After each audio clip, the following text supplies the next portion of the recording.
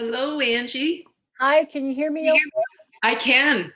Can you hear me okay? Yep, that's great. Yay, it works. It works.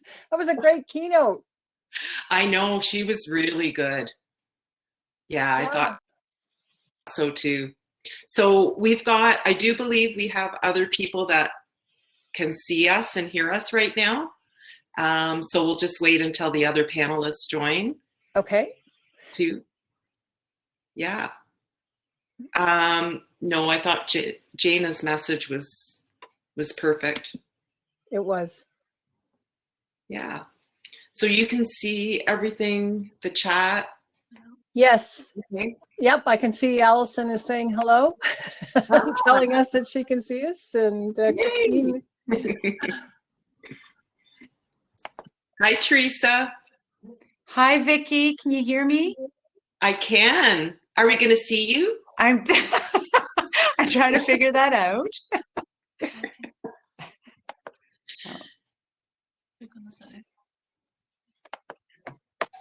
Maybe Sarah can help Theresa with.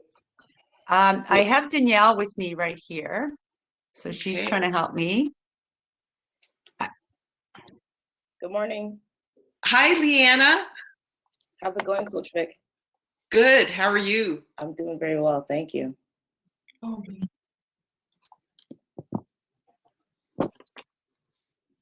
Oh, Melissa's just asking how to join. Theresa, yes. Sarah said you can click the video button at the bottom left. It's not enabled. It's not allowing me to, but we're going to work on it. I'll tell Melissa.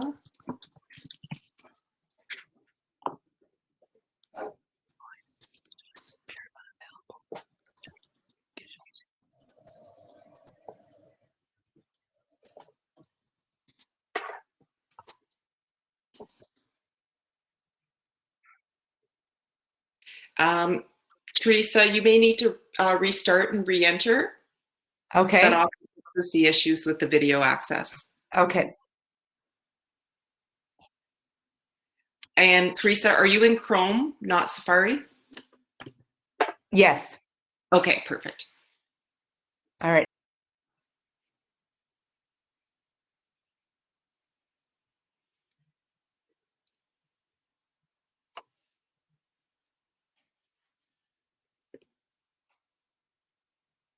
Sarah, can you find Melissa?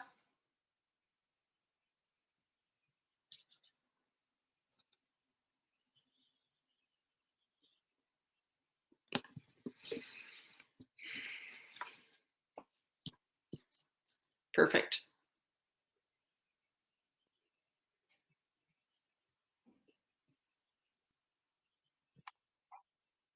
There's Theresa. There I am. Okay. Phew. Thank goodness. Everyone's here. Wonderful. That's perfect timing because we're supposed to start at 10:05 and we're 10:04. Perfect. Beautiful. So we're just, all right, do we have Melissa on? Oh, nope, I don't see her yet. Do I see Melissa yet? Not yet.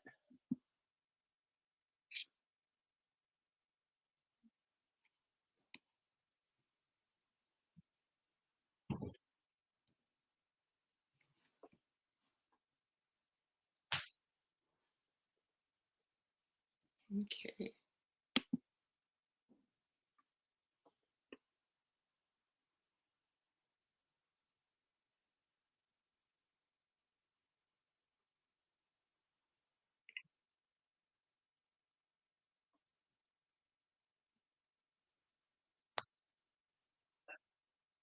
Angie, I think we could maybe start. And hope that Melissa joins us soon. Yeah.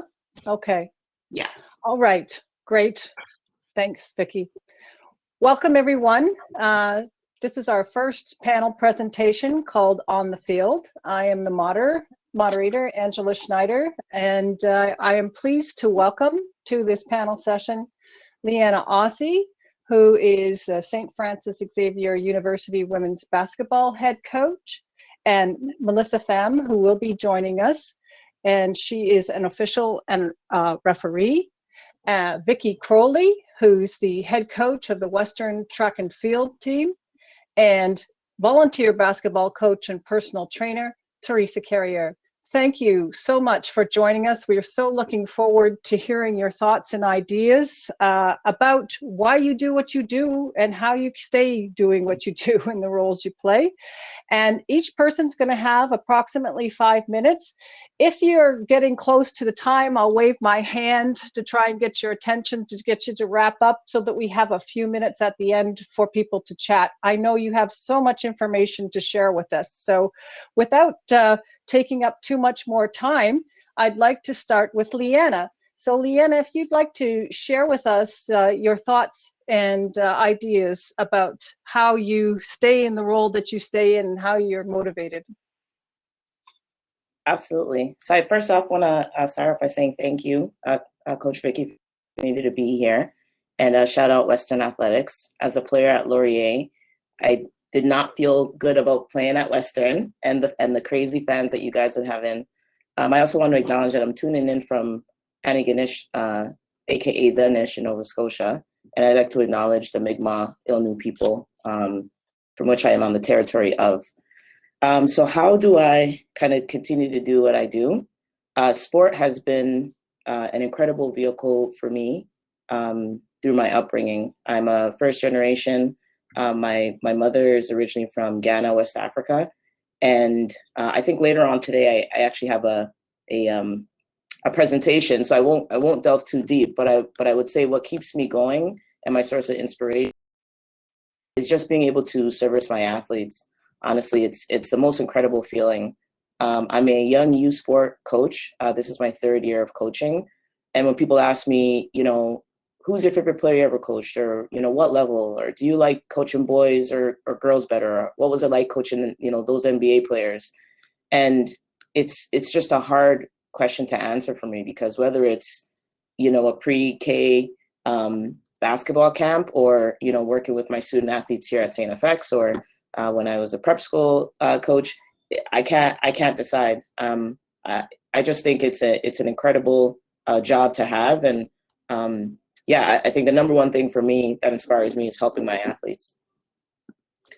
Well, that's certainly something that is important for all of us to think about and remember. And those are really, really interesting comments on that topic.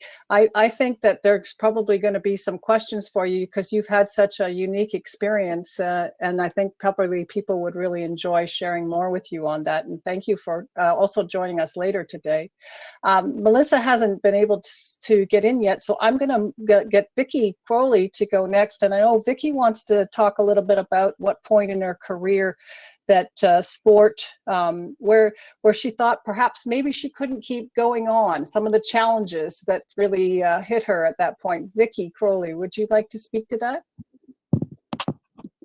You need to take off your mute button, Vickie.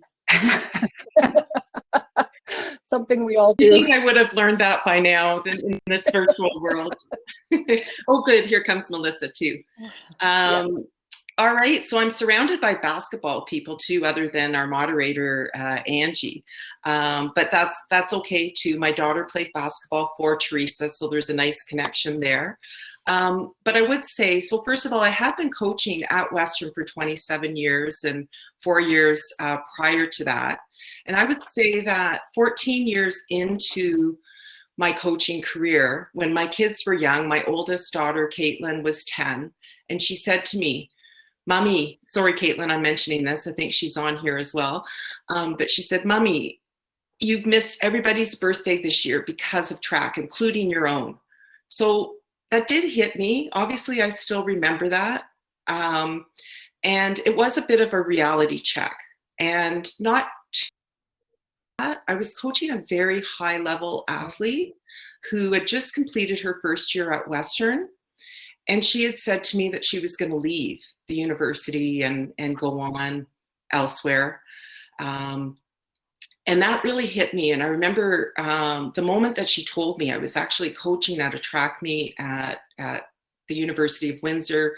I came home and I said to my husband, I really believe I need to take a leave from this. And at that point, it was kind of the accumulation of, you know, being a mother, trying to find this work-life balance, coaching, teaching, you know, the stress involved with being away from the family.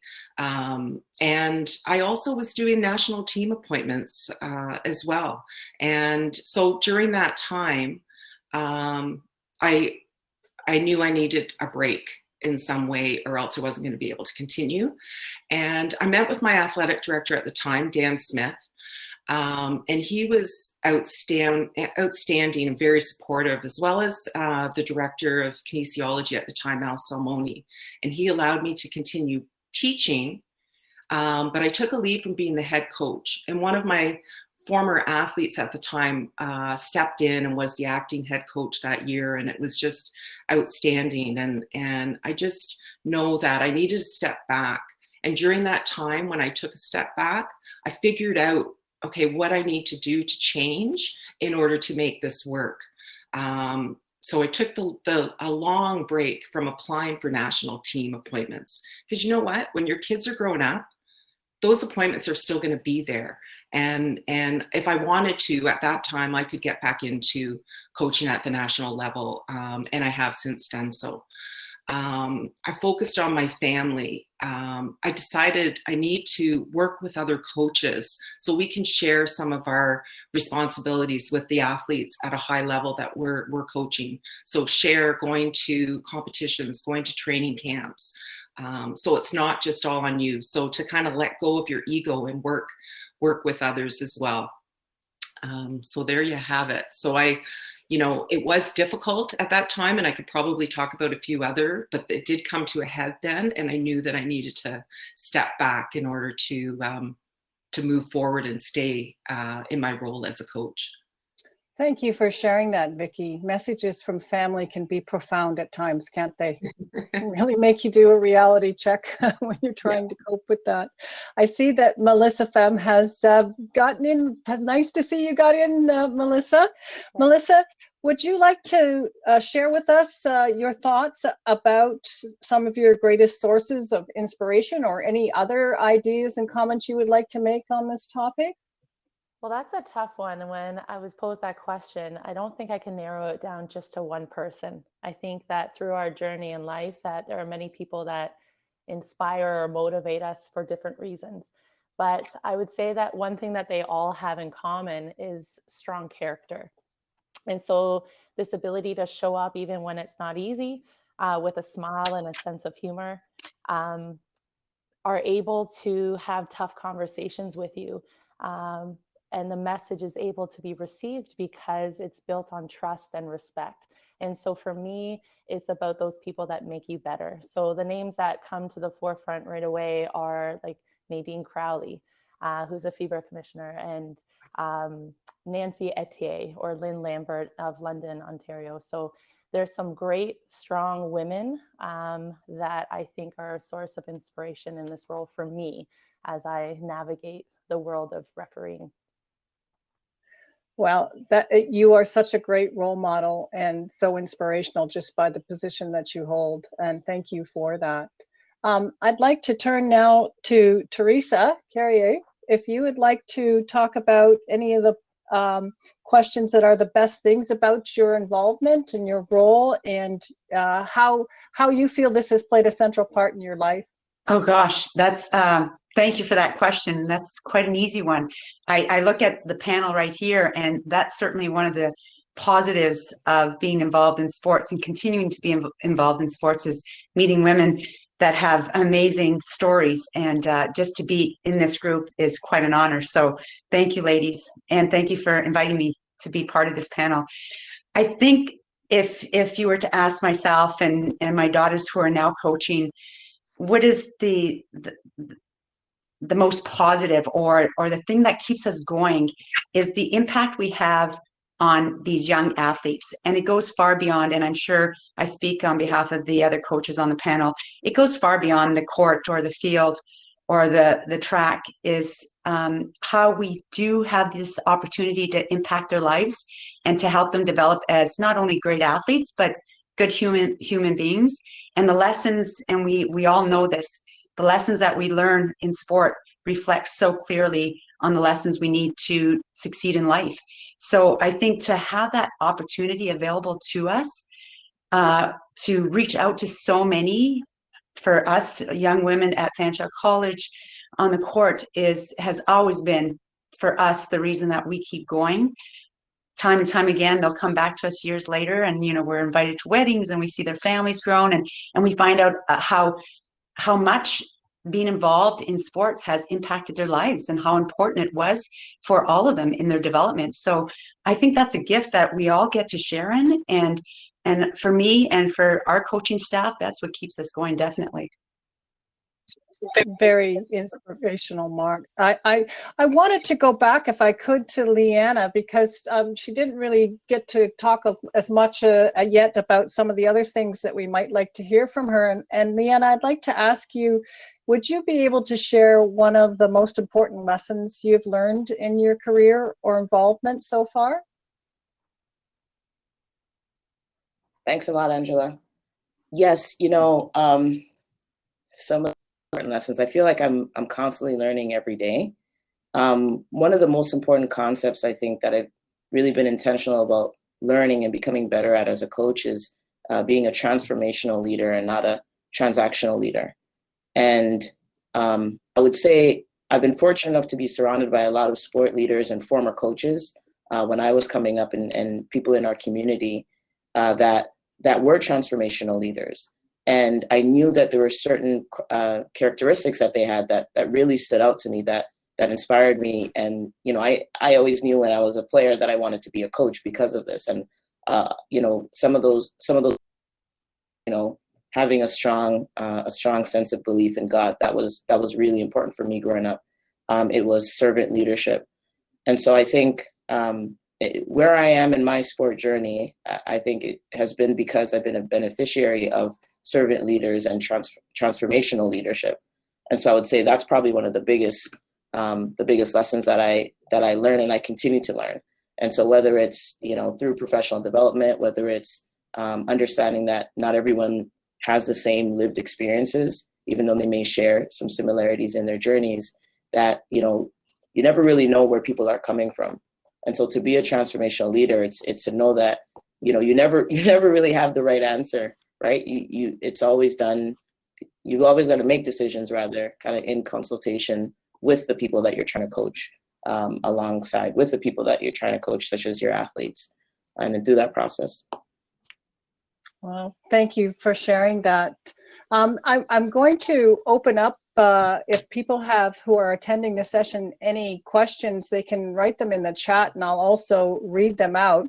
And while we're waiting for people to put in questions for us, I'd like to go back, if I could, and ask Vickie if you might be able to say what or who has been your greatest source of support. Who are your allies? Yes, thanks, Angie. Well, first of all, I'd like to kind of back up to before I even start and just mention, just very briefly, that I became a coach because of an opportunity provided to me by my coach. When I was in fourth year university, I had an injury, had to have a small surgery. And my coach, Sue Summers at the time, had asked me if I would, because I couldn't compete in my final year, she had asked me if I would coach the hurdlers at McMaster University. And Sue has continued to be such a support of mine throughout my whole career. She was the head coach at York University when I was an assistant coach there. I continue to this day to ask her coaching advice. So I look at her as being a lifelong supporter of me as a coach.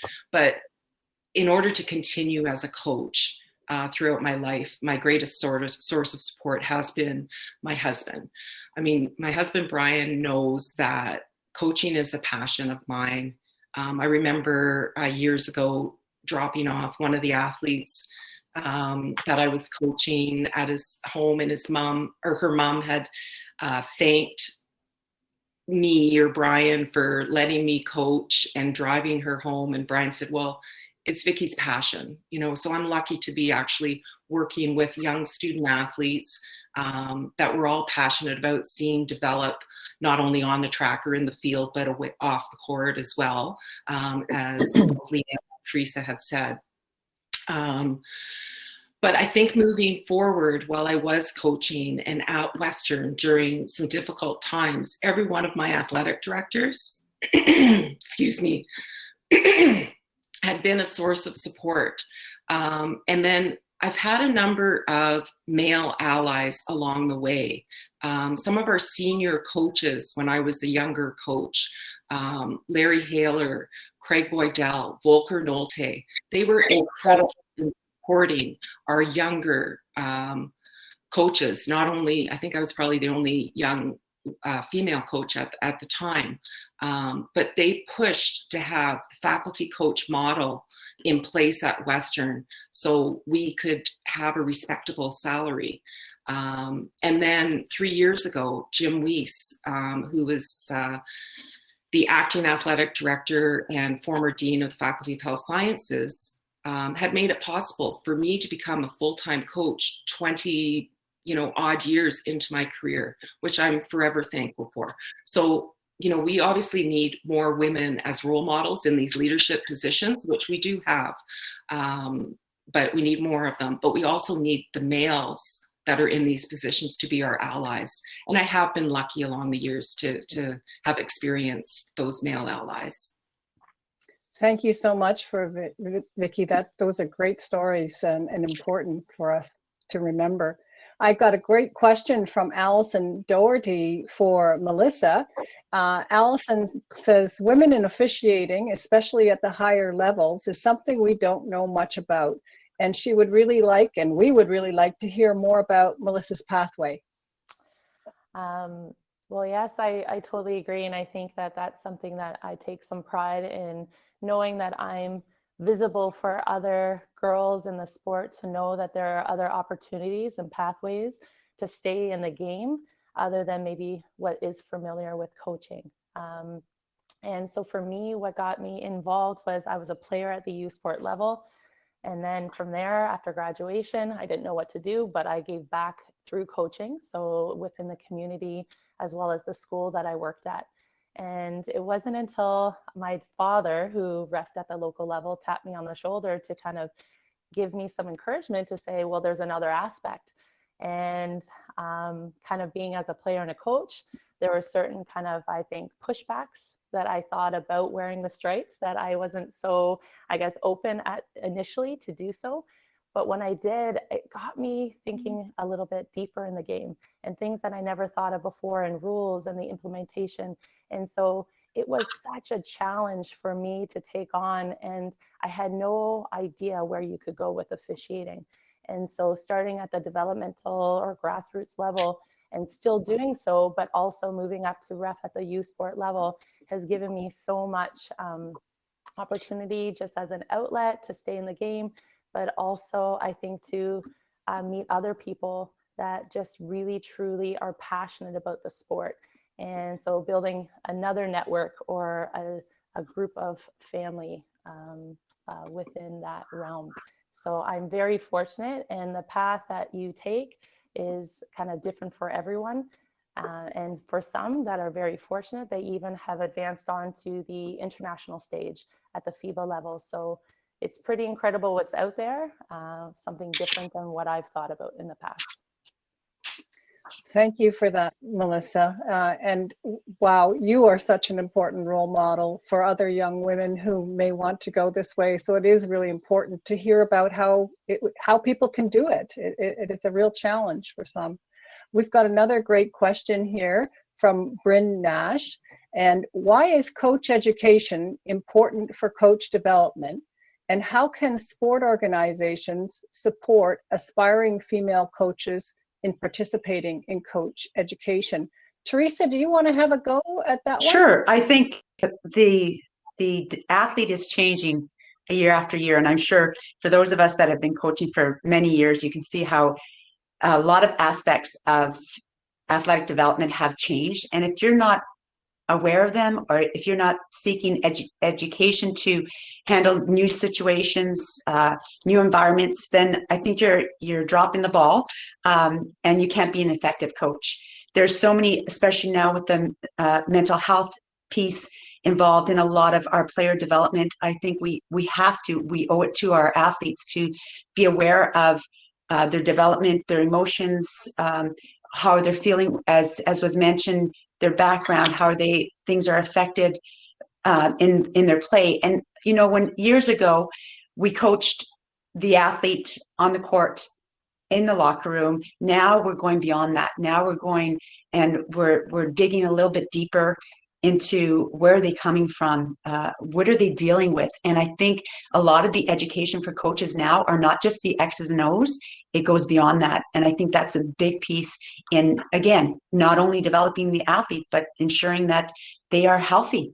And for many of them, they depend on their coach because we spend so much time together. I know for us, and I'm sure I speak for the others, sometimes you see those athletes more than you see, as Vickie mentioned, your family sometimes, and you spend a lot of time, and they invest that time in you as well. And so they confide in you, they tell you about what their life is all about. And if you don't have the resources to either provide them or at least help them navigate to finding help that they need. And in education, we find out what those resources are. And I think that's really key. We found out in the last few years that was a big responsibility that we needed to pursue and to support our athletes as best we can. Thank you for that, Theresa. Yes, the coaching education now is so broad and comprehensive and important to be able to deal with all of these challenges. I've got another question from Angela Jackson.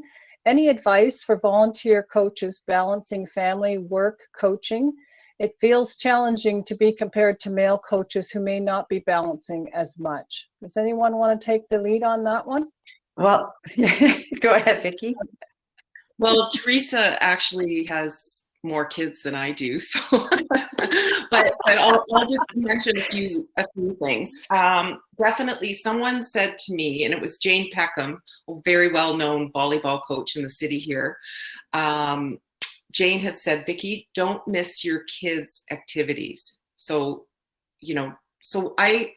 we literally live a kilometer or less from Western, so the kids could go to school very close to the university. So I'm not saying that everybody has that kind of luxury where you can, leave during the school day to go and watch your child's play, or to get their school game and watch it until your practice starts at 4:30. So I did build those types of things into my life in order to try not miss my children's activities. But as I had mentioned earlier, let go of your ego, work with other coaches. I mean, 3 of the top international athletes that I'm currently working with, I co-coach, with either one coach or more than one coach, because you can't be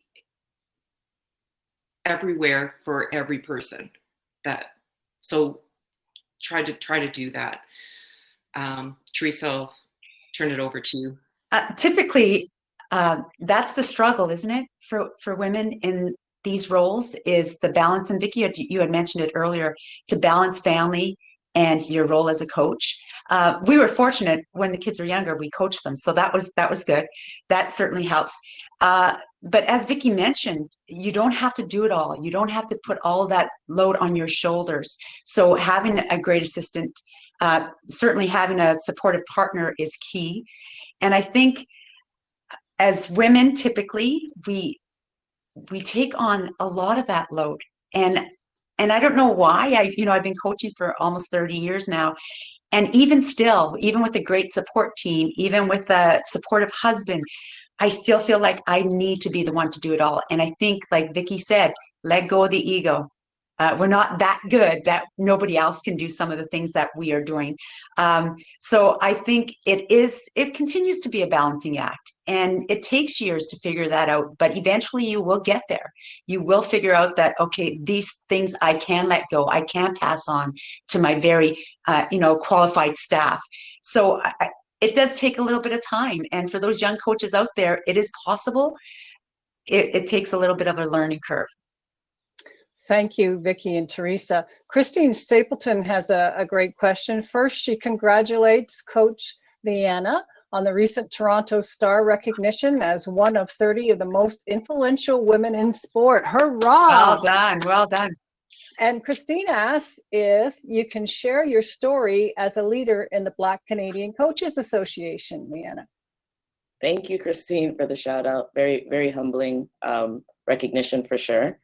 So the Black Canadian Coaches Association is a nonprofit organization that was incorporated last summer. And the inception of the BCCA really came from the inspiration of the original Black Coaches Association that was started by some late, great coaches in the NCAA. So the John Cheneys and the John Thompson Juniors, who unfortunately we've lost in the past year and a half. And a lot of what we try to do is, well, simply we have three objectives. The first is celebration. The second is advocacy through allyship. And then the third is networking. And some of the, I guess the short story that I'll share is at the heightened moment of COVID and the injustices against people of color, both here in Canada and in the US, many coaches from all sports, from all backgrounds, in our youth sports, in our performance, in our college realm, really felt compelled to come together and be intentional about creating a platform to really offer well, I hate to say a different look, but we wanted to combat really the instances of people of color, and specifically Black and Indigenous people being killed. You know, challenging time for most. I did a master's in history at my time at Laurier, and I've always been really interested in researching things. And I wanted to do my big thesis kind of on racial equity in sport, racial equality in sport, and there wasn't a lot out there outside of the autobiography space. But through my own sport journey as an athlete and as a coach, and leading into my appointment here at StFX University at the youth sport level, I started to look at things with a different lens and more of an equitable lens. And I think the big shift was, in my mind, I went from, you know, I kind of do coaching, and you know, it's along with a bunch of these other things. And once I was appointed as a kind of formal head coach, well, one, I kind of was like, well, I thought you guys said ball isn't life. You know, I thought you guys said I couldn't do this. And so God really put me in a position, and in a very timely position, that I could do this for a living. But the second thing I started to do was understand how, as a head coach, as you know, the first female here at this institution to have a varsity coaching position, you know, how am I supposed to lead? What are the different things that I need to look out for my athletes, for myself, to create more pathways? And I started to look at sport in a different lens. And, you know, as an athlete and even as a really young coach or a provincial coach, you're just so in it. Like you're worried about the next game, the next practice. I know one of our panelists just mentioned it was a lot more of the X's and O's, the skill development stuff. And the second that I started to realize, hey, you know, from an infrastructure standpoint, from a sport education standpoint, and even sport safety, there's a lot of gaps here. And I actually went through an experience myself in my first year that I was not prepared for, and I still struggle with now. And 2 years ago, that's when I really started to do a lot of research around racial equity in sport. And so I think COVID and everything that happened in the last year and a half certainly kind of pushed me to that point where it was like, it may not be perfect, but you know, let's put a path forward where we can come together as allies and, you know, and promote racial equity in sport. The other thing I'll say is, back when I was a player at Laurier, just before I started my youth sport career, I was able to work with my former high school coach and create Canletes. And that's been an amazing platform for Canadian female basketball players. And just in the advocacy piece, like that's something that I'm so proud of, just because we've been able to support so many young women in their paths and mainly in the Ontario area. But that's been exciting as well. Thank you so much, Leanna. Our time has run out so quickly and there's still more questions. Perhaps people can connect during the networking as well, but I'm afraid that we have to stop now because we have to exit this section now, and then we can join back in the next panel session, which starts at 10:40. So we've got about 5 minutes to catch a breath of air and get back in again. I'd like to thank the panelists so much for sharing your thoughts and sharing your stories that are so inspirational for us and so helpful, especially for up-and-coming athletes and women who would like to go into leadership roles in sport. Thank you very much. Thank you. Thanks, Angie. Thank you. Bye, ladies. Bye-bye. See you soon.